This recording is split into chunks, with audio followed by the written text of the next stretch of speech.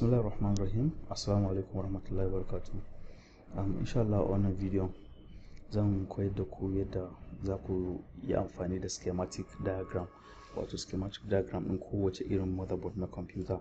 So zan koya muku yadda za ka yi reading, ka gane components da kuma yadda components suka haɗu da yadda ba su haɗu ba, da kuma me duk dai abubuwan da ya dace a ce ka gane akan motherboard, yadda aka ƙirƙira motherboard ɗin, wato schematic diagram ɗin ita computer. So insha Allah za mu fara yanzu. So akwai file da already na buɗe, gashi nan, schematics and how to read it.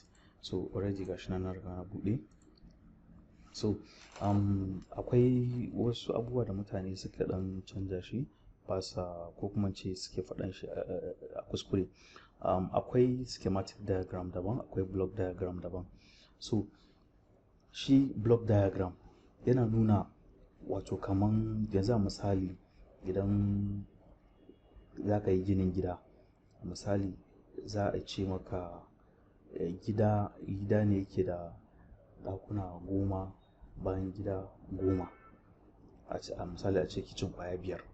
So a misali za a yi zanen shi, sai a nuna maka kawai zanen, amma bara a sa maka su window, su hanyar daga wannan ɗakin za ka shiga wannan ɗakin, ga shi hanyar bayan gida, wancan bayan gidan da aka yi sakawai ɗin shi, da aka yi sakawai, ya aka yi aka sa pipe ɗin wancan bayan gidan, sakawai ɗin yadda in kai bayan gari, in kai toilet, ya aka yi ruwan zai fito daga can bayan gidan ya tafi zuwa toilet ɗin. So shi block diagram ba zai nuna maka ya aka yi wani abubuwan suka faru ba, iyakaci yana maka yawan ɗakunan da kuma yawan bayan gidan.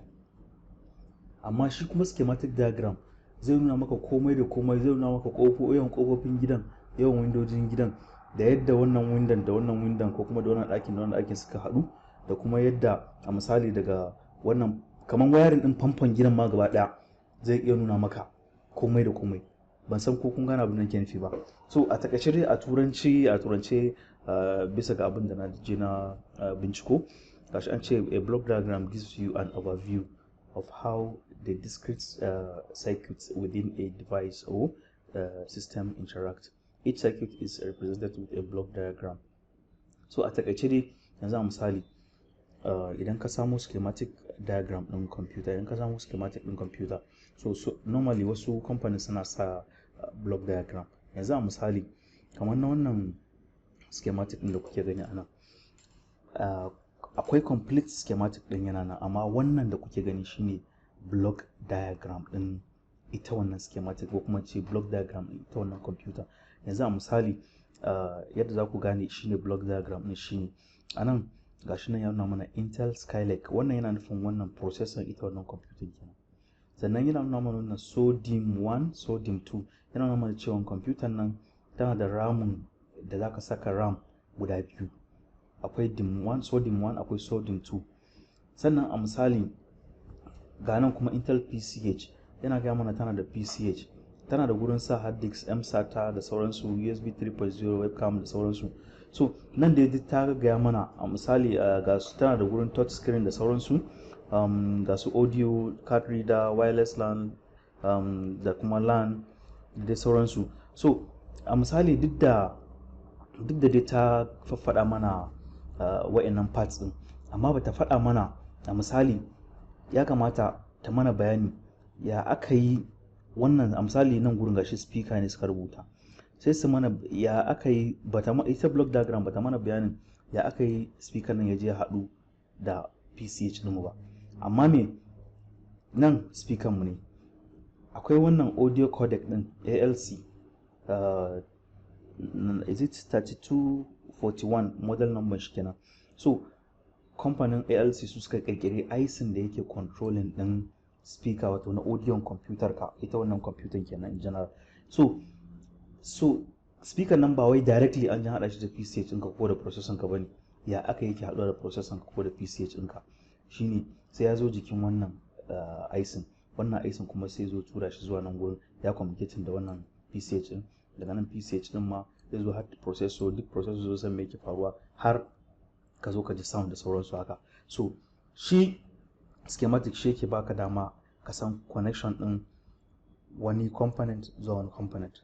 Yanzu a misali wani misali kuma again kaman sodium 1 din nan ko kuma sodium 2, ka sa ram ɗinka a rami guda ɗaya, gashi dai anan ya nuna mana ga gidan ramin ram ɗinka guda ɗaya kuma ya haɗu da processor ka direct. So da ya haɗu da processor ka direct an sa layi kai haka, to amma kada ka sani fa cewa haɗuwan ba wai direct haka aka haɗa shi ba, dole akwai wasu components da yawa, akwai IC ma da suke controlling din shi kan shi ram ɗin da voltage din shi da sauransu da data din shi. So dole sai sun bi ta wannan channel din, su wannan IC din da sauransu da su capacitor su resistor da sauransu kafin su zo su haɗu da wato shi processor din. So schematic shi ke baka dama ka gane ya IC da yake control din ram din nan har ya haɗa shi da processor har suke communicating.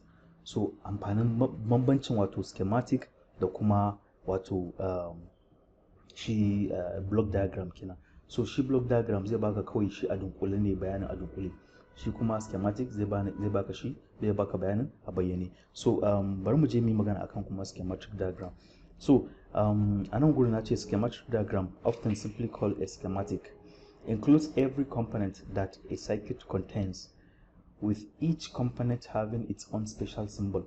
So just like kamar da na yi bayani a baya, kowane component da aka kirkire computer da shi ko kuma ce duk wani na'ura wanda ake amfani da shi a duniya yana da schematic din shi, yana da yadda aka kirkire shi. So a yadda aka kirkire shi akwai components da ake magana, akwai su resistors, diode, MOSFET, capacitors da dai sauransu da hakan nan. So shi schematic zai maka bayani ma akan daga kowane irin IC ne, kowane irin diode ne aka amfani da shi, diode din da aka saka maka an yi amfani da wannan zener diode ne akan computer ka, ko kuma an yi amfani da LED diode ne, da kowane iri. Sannan resistor an yi amfani da normal resistor ne, pull up ne ko pull down resistor ne, kamar yadda na yi bayani a wasu videos da suka gabata. Sannan a misali an yi amfani da voltage divider, even though shi ma zan zo yin video akan shi. Sannan an yi amfani da network resistor, ya yake aiki da sauran. So shi schematic zai maka bayani dalla-dalla akan kowane component, kowane kwaya ɗaya. So ga shi anan gurin an ce if you could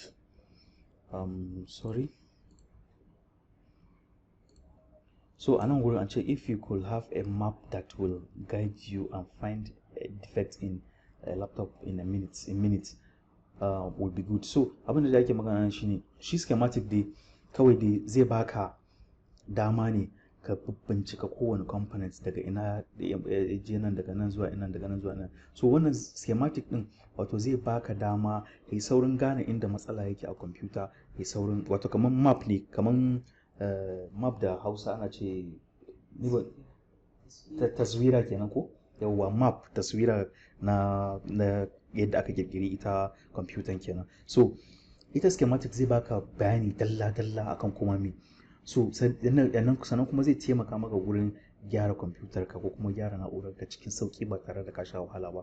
So bana so in yi dogon bayani sosai akan wannan, so da na so kawai tsallaka, saboda bana so bidiyon ya sauri, zan tsallaka kawai in fara bayani, dogon bayani akan. So even though wannan PDF file da ku gani littafi ne na musamman da nake kan rubutawa insha Allah. So na gama shi wataƙila zan zo a nan gaba, zan zo maybe in gaya muku lokacin da za mu sayar da shi haka da sauransu. So duk dai ga shi wa'annan bayanan, wannan su benefits of schematic diagram din ne da kuma function din schematic diagram. So baran tsaya bata lokaci a nan wurin ba. So abu na farko da nake so ka gane yadda zaka yi ka koyi yadda zaka yi amfani da schematic shine understanding schematic symbols. So symbols da aka yi amfani da su da kuma wasu abubuwa da aka yi ka gane menene schematic, ya yake aiki da sauransu ne. Abu na farko zai magana akan path wato path. Shi path wato kaman hanya ne, hanyoyi a jikin wato shi schematic din. So in ba ku manta ba akwai video da na yi magana akan bus. So shi path din nan dai is just like a bus, kaman bus ne. So yanzu a misali a nan gurin da shi path din nan ana magana akan wannan, yanzu kamar wannan